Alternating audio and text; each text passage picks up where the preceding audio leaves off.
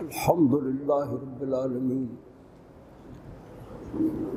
والعاقبۃ للمتقین والصلاة والسلام علی رسولہ محمد وعلی آلہ واصحابہ اجمعین، اما بعد فاعوذ باللہ من الشیطان الرجیم، بسم اللہ الرحمن الرحیم۔ یا ایھا النبی انا ارسلناک شاہدا ومبشرا ونذیرا وداعیا الی اللہ، اللہ اکبر، وسراجا منیرا، وداعیا الی اللہ باذنہ وسراجا منیرا۔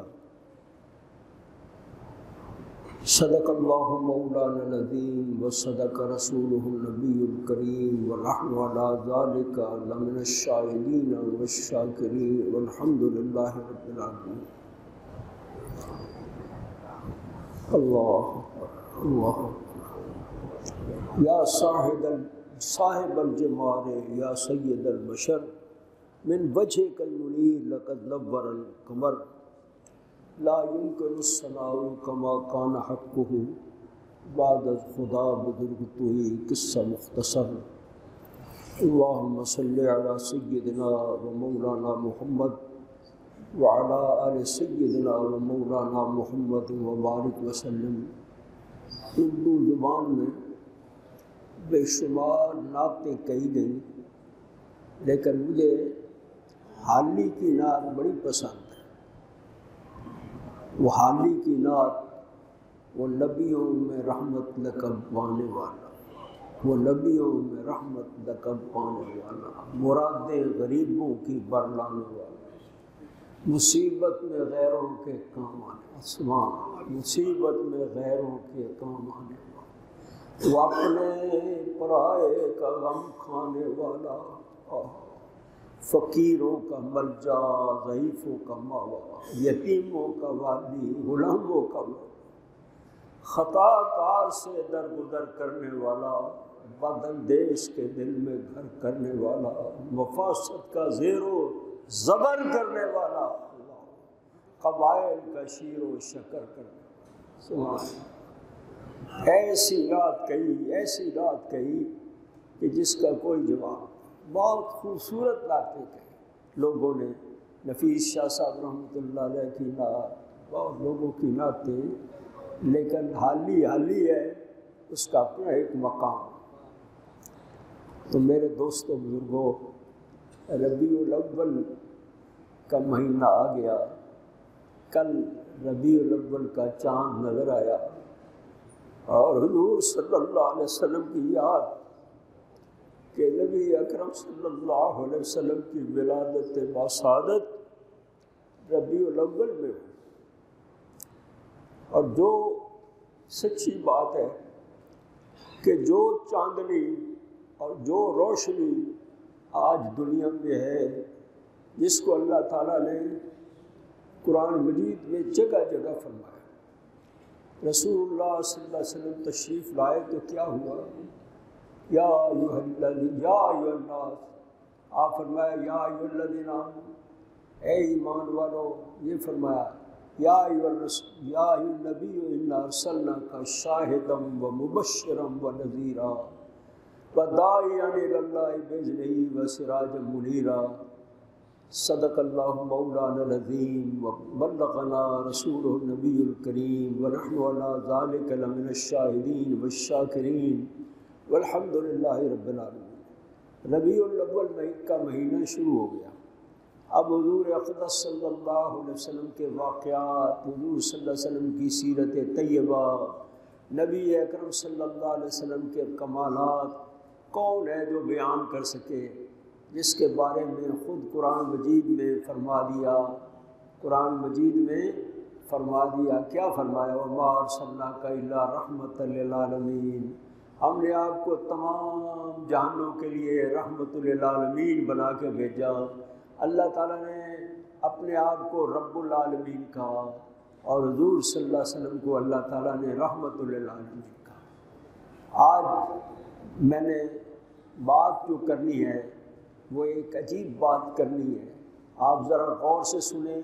آج میں مولانا بزرگوں کے ساتھ بیٹھ کے رات مشورہ کر کے میں آیا اور میں نے کہا آج ہم نے، وہ فرماتے تھے ہم نے سب نے مشورہ کیا اور مشورہ کیا کہ آج ہم نے جمعے میں یہی بات کرنی ہے اور یہ بہت اہم بات ہے، اور آج اس کو ذکر کریں گے اور پھر انشاءاللہ پورا ربیع الاول اللہ نے چاہا تو نبی اکرم صلی اللہ علیہ وسلم کا ذکر ہوگا۔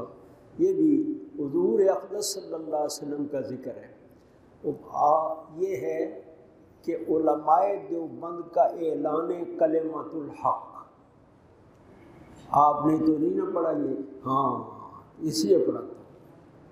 علماء دیوبند کا اعلان کلمۃ الحق، یہ ہندوستان سے دیوبند کے تمام علماء نے یہ ایک اعلان لکھا ہے اور وہ ہمیں پہنچایا ہے، اور ہم نے طے کیا ہے کہ آج اسی اعلان کو آج کے جمعے میں پڑھیں گے۔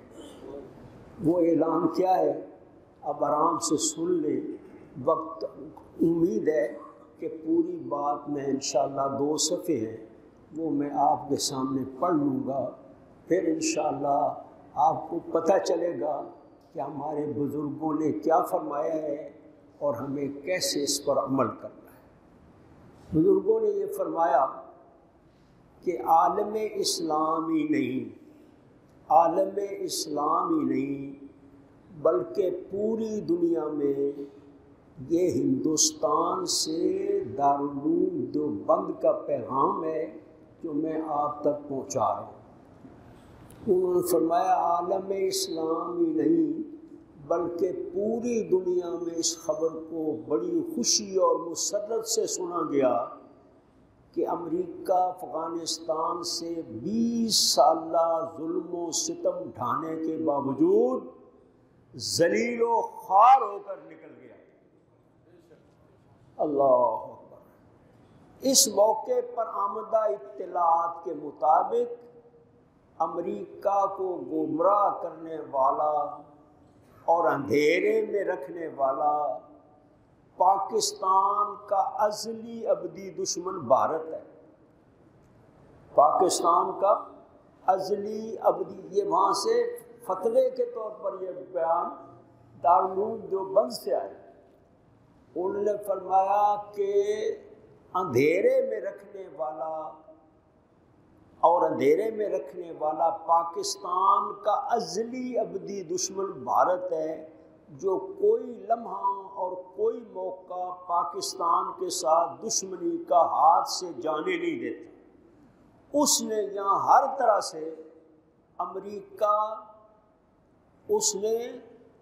طرح سے یہ فرمایا کہ امریکہ اور دیگر ممالک کو یقین دہانی کرائی تھی کہ ہم اپنی تربیت کردہ افغان فورس کے ذریعے طالبان کا راستہ روک لیں گے، جس پر ممالک کے مغرب نے بھی بے دریغ ڈالر خرچ کیے اور پاکستان دشمنی میں بھی بے دریغ پیسے لگائے۔ یہ کون کہہ رہے ہیں؟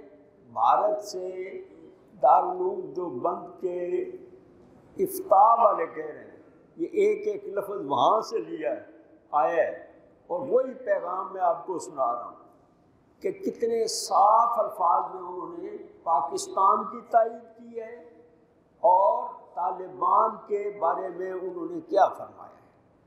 اور سمجھنا چاہیے، سب کو سمجھنا چاہیے اور یاد رکھنا چاہیے یہ پیغام۔ انہوں نے فرمایا کہ امریکہ اور دیگر ممالک کو یقین دہانی کروائی تھی کہ ہم اپنی تربیت کردہ افغان فورس کے ذریعے طالبان کا راستہ روک لیں گے، جس پر مغربی ممالک نے بھی بے دریغ ڈالر خرچ کیے اور پاکستان دشمنی میں بھی بے دریغ پیسہ لگایا، مگر اللہ رب العزت کو کچھ اور ہی منظور تھا۔ مسلمان اعمال کے اعتبار سے جیسا کہتا ہے اللہ نے مسلمانوں اور افغان عوام کی اس جد و جہد کو قبول کرتے ہوئے ایسے باطل کو ذلت اور رسوائی سے دوچار کیا جو اپنی پوری دنیاوی طاقت، ساز و سامان اور اسلحہ جدید کے ساتھ حملہ آور ہوئے۔ تاریخ انسانیت میں ایسی مثال مشکل سے ملے گی، تاریخ انسان میں ایسی مثال مشکل سے ملے گی کہ ایک طرف پوری دنیا کی طاقت اور دوسری طرف ننگے پاؤں، ننگے بدن، روکھی سوکھی کھا کر گزارا کرنے والوں نے بغیر کسی قتل و غارت اور خون ریزی کے پورے ملک پر قبضہ کر لیا۔ اس ملک پر 20 سال پہلے قبضہ کرنے کے لیے امریکہ اور اس کی اتحادی قوتیں، امریکہ اور اس کے اتحادی ممالک کی فورس نے لاکھوں کے اعتبار سے بے گناہ مظلوموں مسلمانوں کو بمباری اور ڈرون حملے کے ذریعے شہید کیا، اور دیگر اتحادی ممالک کی افواج کی تباہی الگ ہے۔ اس موقع پر ہندوستان کے اندر دارالعلوم دیوبند کے علماء نے جو موقف اختیار کیا وہ قابل صد ستائش ہے کہ طالبان اگر دہشت گرد ہیں، انہوں نے کیا کہا، اگر طالبان دہشت گرد ہیں تو نہرو گاندھی بھی دہشت گرد تھے، تو نہرو اور گاندھی بھی دہشت گرد تھے۔ مزید فرمایا کہ ہم طالبان کو جانتے ہی نہیں کہ وہ غلامی کو قبول نہیں کرتے ہیں، ہم طالبان کو جانتے ہی نہیں کہ وہ غلامی کو قبول نہیں کرتے، ہم کسی کو دہشت گرد نہیں کہتے۔ اگر افغانستان میں ہر شخص کے لیے امن اور اقلیت اور اکثریت کے دو پیمانے نہیں تو یہ آنے والی حکومت بہترین ہے۔ یہ آنے والی حکومت یعنی کس کی حکومت؟ ہاں، یہ طالبان کی حکومت۔ انہوں نے مزید فرمایا کہ ہم طالبان کو نہیں جانتے کہ وہ غلامی کو قبول نہیں کرتے، ہم کسی کو دہشت گرد نہیں کہتے۔ اگر افغانستان میں ہر شخص کے لیے امن اور اقلیت و اکثریت کے دو پیمانے نہیں تو یہ آنے والی حکومت بہترین ہے۔ یاد رہے گزشتہ چند روز سے جب سے افغانستان میں طالبان نے حکومت سنبھالی ہے، انڈیا اور اس کے حکمرانوں کے پیٹ میں کچھ زیادہ ہی مروڑ اٹھ رہا ہے اور جس کا علاج اس طرح کی بھرپور زوردار آواز سے دیا جانا ضروری تھا۔ اور اس سے قبل بہت سے پنڈتوں کی طرف سے یہ مطالبہ بڑے زور شور سے کیے جا رہے تھے کہ دارالعلوم دیوبند اور مظاہر العلوم اور سہارنپور اور اس کے بڑے بڑے مدارس کو حکومت بند کرے گی۔ سن رہے نا کہ یہ اب حکومت بند کرے گی، دارالعلوم دیوبند کو بند کرے گی اور سہارنپور کو بند کرے گی، اور کو کہتے تھے یہ صرف علماء دیوبند ہیں جو دنیا بھر کی فرعونی طاقت کے مقابلے پر نکل پڑتے ہیں اور ہر باطل فرقہ اور طاقت کا مقابلہ کیا اور اسلام کے دفاع کو مضبوط سے مضبوط تر کیا۔ صرف مملکت کی حفاظت کے لیے کمر بستہ ہی نہیں ہوئے بلکہ علم و عمل کے میدان میں بھی آگے سے آگے بڑھنے والے بنے۔ اس کی واضح مثالیں پورے بر صغیر دیوبند، سہارنپور اور ان کے ذریعے ان کے شاگردوں کے ذریعے پھیلنے والے لاکھوں مدارس کا ایک لمبا چوڑا سلسلہ، جس میں اس وقت بھی پڑھنے والے طالبات اور طلباء کی تعداد کئی لاکھوں سے تجاوز کر چکی ہے۔ یہ صرف بر صغیر کی نہیں بلکہ دیگر ممالک میں بھی ہے۔ امریکہ اور مغربی طاقتیں اپنی ذلت آمیز شکست کو کم کرنے کے لیے نئے مطالبے افغان سے منوا رہے ہیں۔ افغانستان سے نئے نئے مطالبے منوا رہے ہیں کہ طالبان ہماری طرح ملک میں بے حیائی فروغ دینے والے طریقے اختیار کریں اور تمام طبقات کو حکومت میں اپنے ساتھ ملائیں، جبکہ امریکہ اور طالبان کے درمیان معاہدہ کی پہلی شرط بھی یہ ہے کہ امن معاہدہ اللہ اور اللہ کے رسول کے احکامات کے مطابق ہوگا۔ امن معاہدہ اللہ اور اللہ کے رسول کے احکامات کے مطابق ہوگا، اور دوسری شرط افغان قبائل باہمی مشارفت سے حکومت سازی کریں گے، یعنی کسی کٹھ پتلی حکومت کو تسلیم نہیں کریں گے۔ لہذا طالبان نے واضح اعلان کر دیا ہے کہ مملکت میں اسلامی قانون نافذ ہوگا۔ ہاں، مملکت میں اسلامی قانون نافذ ہوگا، اور ہم اپنے ملک میں کسی کو مداخلت نہیں کریں گے، نہ کسی ملک میں مداخلت کریں گے۔ اور 20 سال تک جن لوگوں نے آنے والے غاصبوں کے ساتھ ملک میں لوٹ مار کی اور قتل و غارت میں شریک رہے اور حکومت کے مزے لوٹتے رہے، ان کو کس طرح حکومت میں شامل کیا جائے؟ ان کو کس طرح، آپ سمجھ رہے ہیں نا بات، ان کو کس طرح حکومت میں شامل کیا جائے؟ اور فرمایا ظاہر ہے کہ دنیا کا کوئی ملک اپنی مخالف پارٹیوں کو حکومت میں شامل نہیں کرتا، تو طالبان کیوں کریں؟ ایسے لوگوں کا جواب دینے کے لیے طالبان کی طرف سے 14 سنہری اصول ہیں، 14 سنہری اصول ہیں جو تاریخ کا ایک سنہرا باب بن چکا ہے، اور مستقبل کے فاتح قوموں کے لیے رہنما اصول۔